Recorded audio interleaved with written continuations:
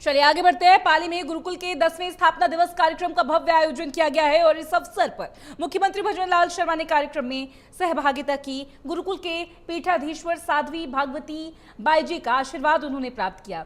मुख्यमंत्री ने इस दौरान उपस्थित जन समूह को संबोधित किया। गुरुकुल परिवार को 10 वर्ष पूरे होने पर बधाइयां दी, शुभकामनाएं दी।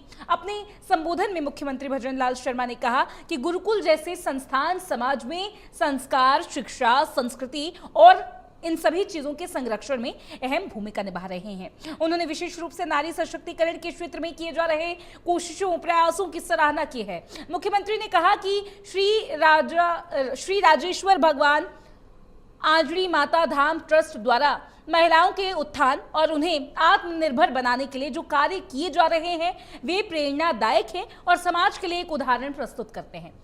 इस कार्यक्रम में गुजरात विधानसभा अध्यक्ष शंकर चौधरी, प्रदेश अध्यक्ष मदन राठौर सहित कई जनप्रतिनिधियों की भी गरिमामयी उपस्थिति रही है। कार्यक्रम में इसके दौरान बड़ी संख्या में लोग मौजूद रहे। पूरे आयोजन का माहौल उत्साह और श्रद्धा से भरा हुआ रहा।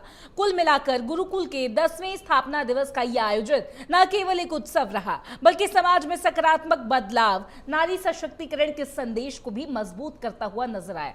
ये तस्वीरें आप देख रहे हैं टीवी स्क्रीन पर, जब प्रदेश के मुख्यमंत्री यहां पर पहुंचे थे। पाली में गुरुकुल का 10वां स्थापना दिवस, यहां पर मुख्यमंत्री का स्वागत किया गया। देखिए तस्वीरें।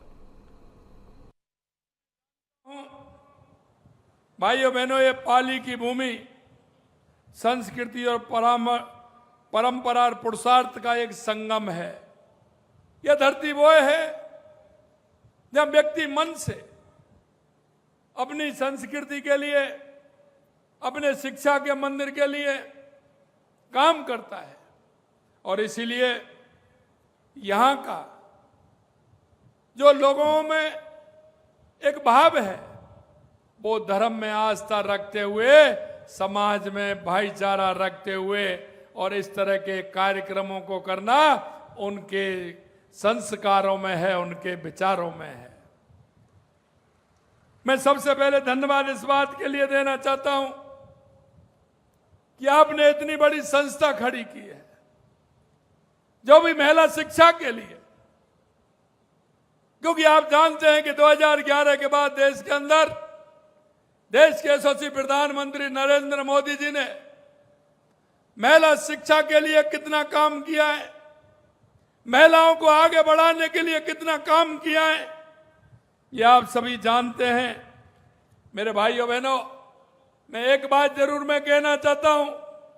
हमारे देश के यशस्वी प्रधानमंत्री नरेंद्र मोदी जी कहते हैं कि इस देश के अंदर 4 जातियां हैं।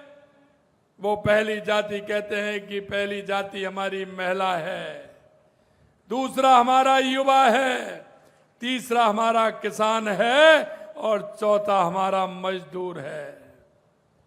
अगर ये आगे बढ़ेंगे तो हमारा प्रदेश भी आगे बढ़ेगा, हमारा देश भी आगे बढ़ेगा। और इसलिए मैं कहना चाहता हूं कि जैसे ही 2014 में वो प्रधानमंत्री बने, उन्होंने देखा कि देश की स्थिति कैसी है, मेरे को कहां से इसको आगे बढ़ाना चाहिए। आप सभी जानते हैं देश के अंदर महिलाओं का अनुपात घट रहा था, लिंग अनुपात में बहुत बड़ी कमी थी। माननीय यशस्वी प्रधानमंत्री जी के नेतृत्व में उन्होंने नारा दिया था, बेटी बचाओ बेटी पढ़ाओ। और आज मैं आपसे कह सकता हूं उसमें इतना बड़ा अंतर आया है। आज हमारे बेटियों की संख्या बढ़ी है और बेटियां हमारी हर क्षेत्र में आगे बढ़ रही हैं। ये देश के यशस्वी प्रधानमंत्री नरेंद्र मोदी जी ने करके बताया है। मेरे भाइयों बहनों, यही बात नहीं है, क्योंकि अभी भी देख रहा था ग्रामीण क्षेत्र से जुड़े हुए आप लोग हैं। आप सभी जानते हैं कि जब हमारी माता बहनें शौच के लिए जाती थी, निवृत्त होने के लिए जाती थी, वो अंधेरे का इंतजार करती थी और सुबह दिन निकलने से पहले वो शौच को उनके निवृत्त होने के लिए जाना पड़ता था। घर घर में शौचालय बनाने करके माता बहनों का सम्मान किया तो देश के यशस्वी प्रधानमंत्री नरेंद्र मोदी जी ने किया। यही नहीं, आप सब देखते हैं कि सबसे पहले देश के यशस्वी प्रधानमंत्री नरेंद्र मोदी जी ने यह सोचा कि हमारी माता बहनों का और क्या दर्द है। उन्होंने देखा कि माता बहनें जब खाना बनाती हैं, फेफड़ों में धुआं जाता है, बीमार रहती हैं, आंखें खराब होती हैं, तो उन्होंने हर जगह उज्ज्वला के माध्यम से गैस कनेक्शन देके, गैस की टंकी दे करके माता बहनों का सम्मान करने का काम माननीय प्रधानमंत्री जी ने किया।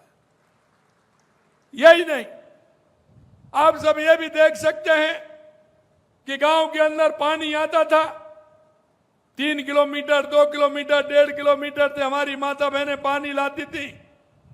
सिर के ऊपर 3-3, 4-4 घड़े रख करके लाती थी।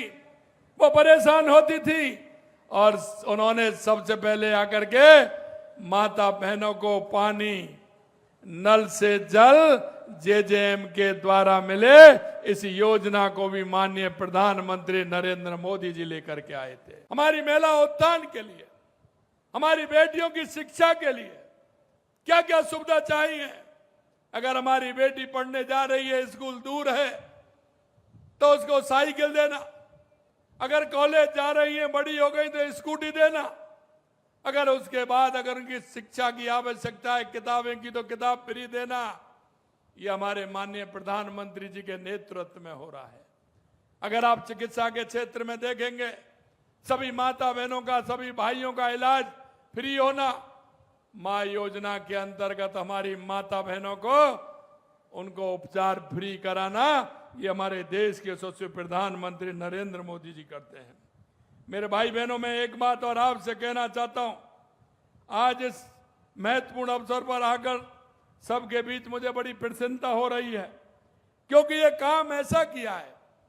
वैसे हमारे राजस्थान के पहचान है, हमारे राजस्थान के भाई जो हमारे बाहर भी रहते हैं, प्रवासी भाई,